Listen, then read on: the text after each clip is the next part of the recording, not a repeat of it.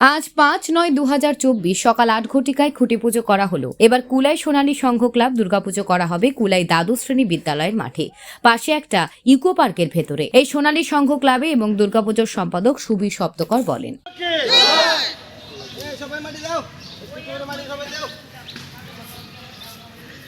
নমস্কার।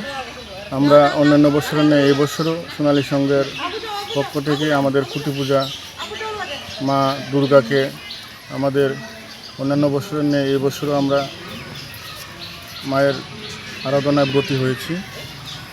আমরা অন্যান্য বছরের ন্যায় যদিও না হবে না, আমরা বন্যা ত্রাণ পরিস্থিতিকে সামনে রেখে আমরা বাজেটের দিক থেকে বেশি বড় হতে যাচ্ছে না।